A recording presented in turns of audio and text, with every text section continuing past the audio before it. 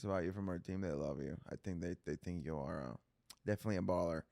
Um, and I think you're kind of one of those success stories that when the world shut down and everything was looking really dire, like I feel like there was this select amount of people that actually turn it into high gear True. and turn it into something. So I know that you've grown your business quite a bit, Yes. kind of in the midst of the pandemic and then after. So how's been that journey? And what's been the inspiration? What got you started? During the pandemic, it was crazy actually because that is when pretty much everything shut down. But for my business, it was like the opposite. When the shutdown happened, I just got into gear mode and I just was like, you know what, people still need this. People still need to eat healthy. People still need my service. The inspiration behind it was really just my clientele, the people who show me support. Not only is it like a necessity in their life, they value the service and they value truly like what I do. So I just had to keep it going. The mission behind what you're cooking, the type of food that you're serving hmm to the community that you're championing. What does that mean to you? It means everything to me. The fact that I can change people's lives with just a plate of food, it's more than just a plate of food. It's like their health. They're dependent on this. The motivation behind the healthy eating was really just a lot of people needing to change their lifestyle, wanting to explore a variety of healthy options like plant-based or just becoming more aware of like what you're eating. Yeah, it's important. I don't think we think about it. I speak for myself and the Latino community. I think like, Okay. the type of food that we don't really think about it much, and we make it taste pretty fucking good. For sure. But I think that it really affects long term, like obesity rates and like death rates Yes. and a lot of these Yes. things. So I think it's important to become more health conscious.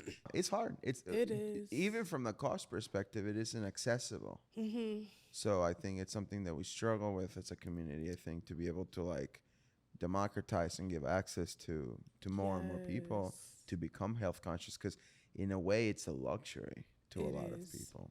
It is. As you were starting your business, what are some of the bigger challenges that you faced, but ultimately what were some of the learnings from the challenges that you earned?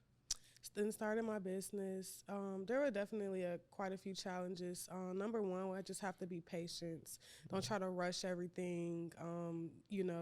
Go at your own pace. Don't try to compare your journey to anybody else's. Just focus on where you're trying to go. So that was like a big challenge for me, patience, because I'm always in a rush. I'm always trying to get stuff done. But like I learned that nothing good ever comes out of rushing. So um, during my process, I believe I took the right steps to get where I'm at now. Um, just trying to get my name out there as a young African American woman in my community. Nobody has ever really done this, open a meal prep company. So I never really had anyone to like follow after. I kind of just was jumping in there and learning as I go. So that was another challenge, learning as I go. Didn't have a blueprint or anything, kind of just learning from our mistakes. What you're doing, in a way you're a trailblazer. So like, who were some of these people that you looked up to, or that kind of inspired your entrepreneur fire, that you kind of model yourself after? Honestly, I can't say that I've like ran across any like entrepreneurs that inspired me before I started. It kind of came like after the fact. I was seeing more and more people inspired by what I was doing, which was crazy because I was looking for that motivation and stuff. But like I said, I was just like found it within and just kind of kept going.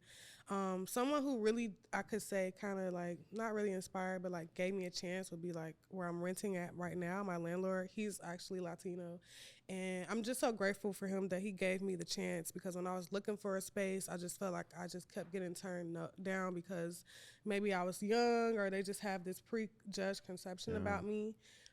But he told me, like, I believe in what you got going on. And that's why I'm in Cicero, Illinois. And people are like, why are you in Cicero? It's a heavy Latino based area. But, like, I just feel like I belong there. He gave me a chance. So, like, those type of people matter to me. People that, like, give you a chance. Yeah.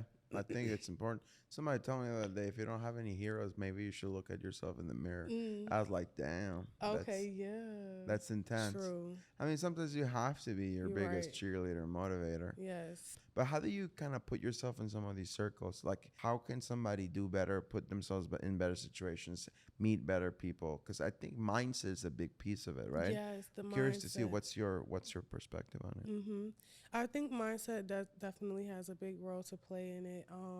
You have to be open minded. You have to be able to put yourself out there and not be afraid. You really have to believe in yourself. Can't wait on anyone else's advice to tell you if you should go or you should. You know, if you want to get in these people's circles or put yourself in that category, you have to believe that you're even like valuable enough to be in it.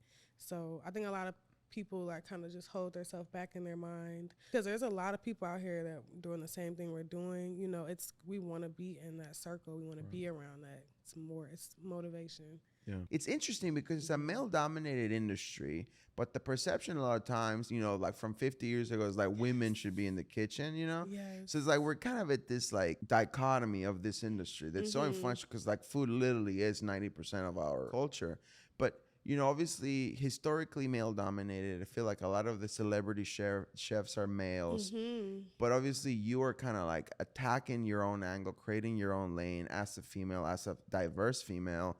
What does that mean to you to be kind of at the forefront of this diversity change and showing that people, empowered females like you can actually become the next generation role models? Like, what does that mean to you? That means everything to me.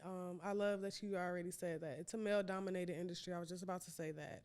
Just working my way through these restaurants before I had my own business, it was very hard.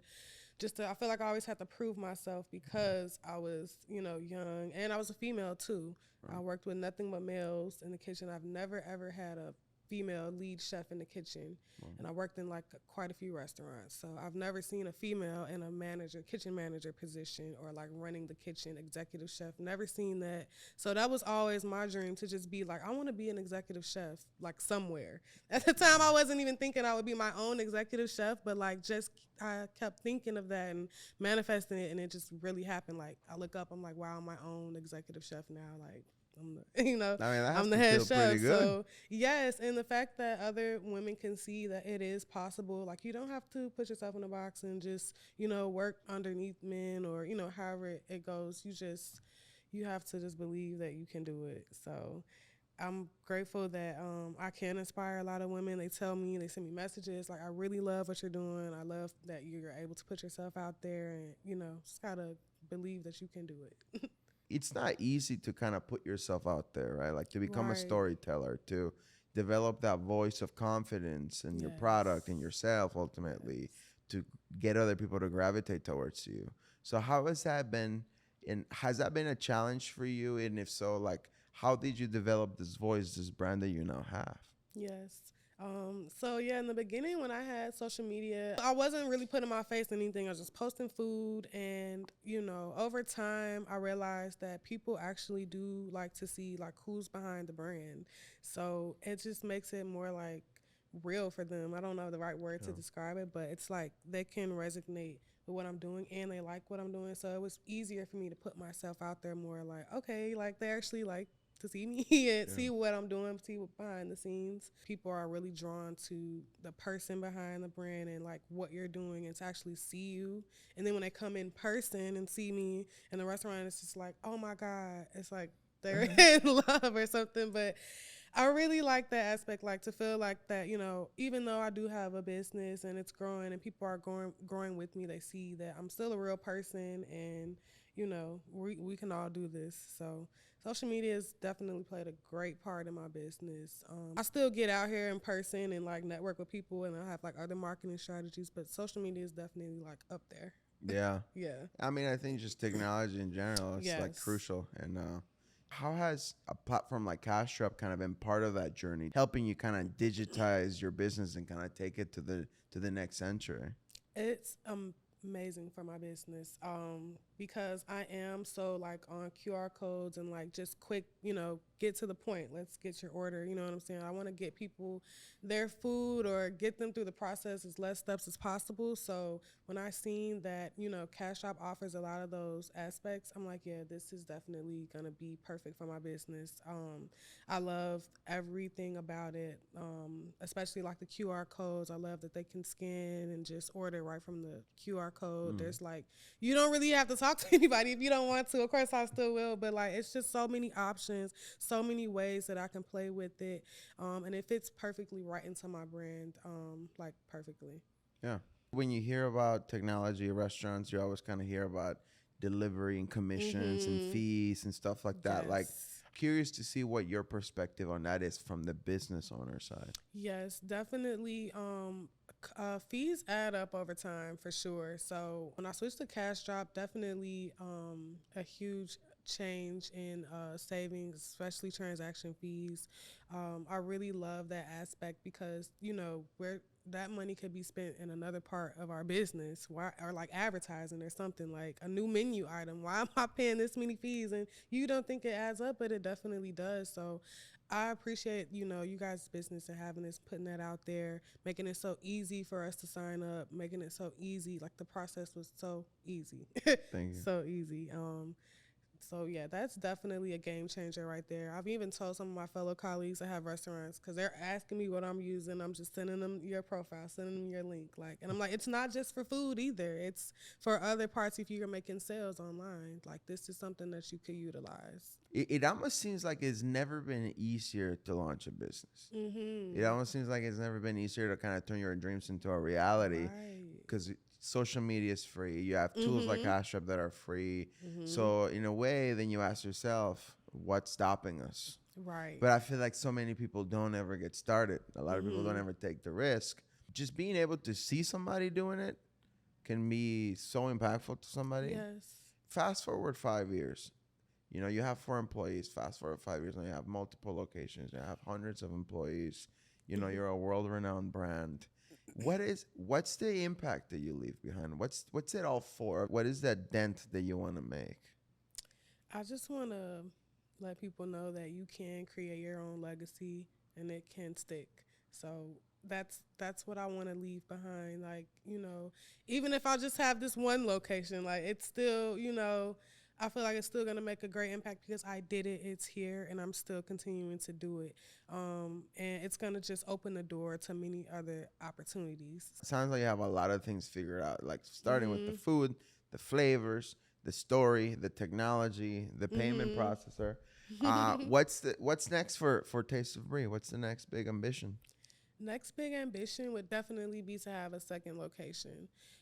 Because just back then I was thinking how hard it was going to be to ever open the first one. And Mm. I'm like, wow, I did it. So, you know what? I can do the next one. I know it's going to be even more work, but I'm up for the challenge. So that's why I'm doing everything now, perfecting my staff, perfecting my systems behind the scene, getting everything, the right merchant, cash drop, got you guys in. So it's like I want to be able to take all of that and put it in a blueprint and take it to the next location. So that's my goal. That's Yeah. my next big ambition, would be to do that. I'm pretty confident that you'll achieve that just from hearing you Thanks. share your story.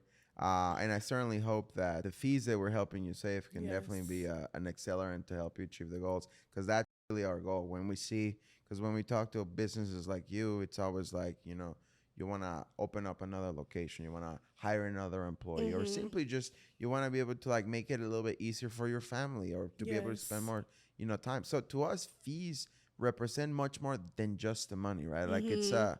it's friction and obstacles from the people that we're trying to empower to get to their dreams. I just want to say I love like the customer service and everything since I started from day one.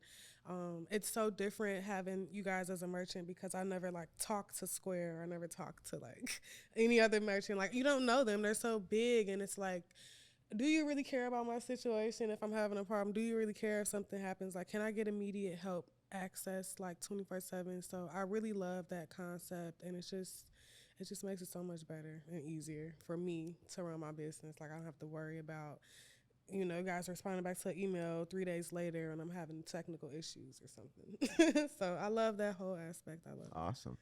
What would be like your top rule of entrepreneurship to somebody that needs to be on their fucking hustle all day, what's like that number one rule for Bree? I honestly have to say, put yourself out there. Do not hide behind the scenes. Like you just because you think that no one might care to see you or hear what you have to say, it's somebody out there that does. One person will turn to two.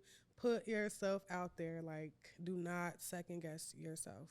What's your favorite quote and why? Hmm. You know what? My favorite quote that I could think of right now would probably have to be "Time is money." Um, yeah. I'm a very big stickler on time. I'm always on time for everything, and because I feel like that is the one thing that we can't get back. That's the most valuable thing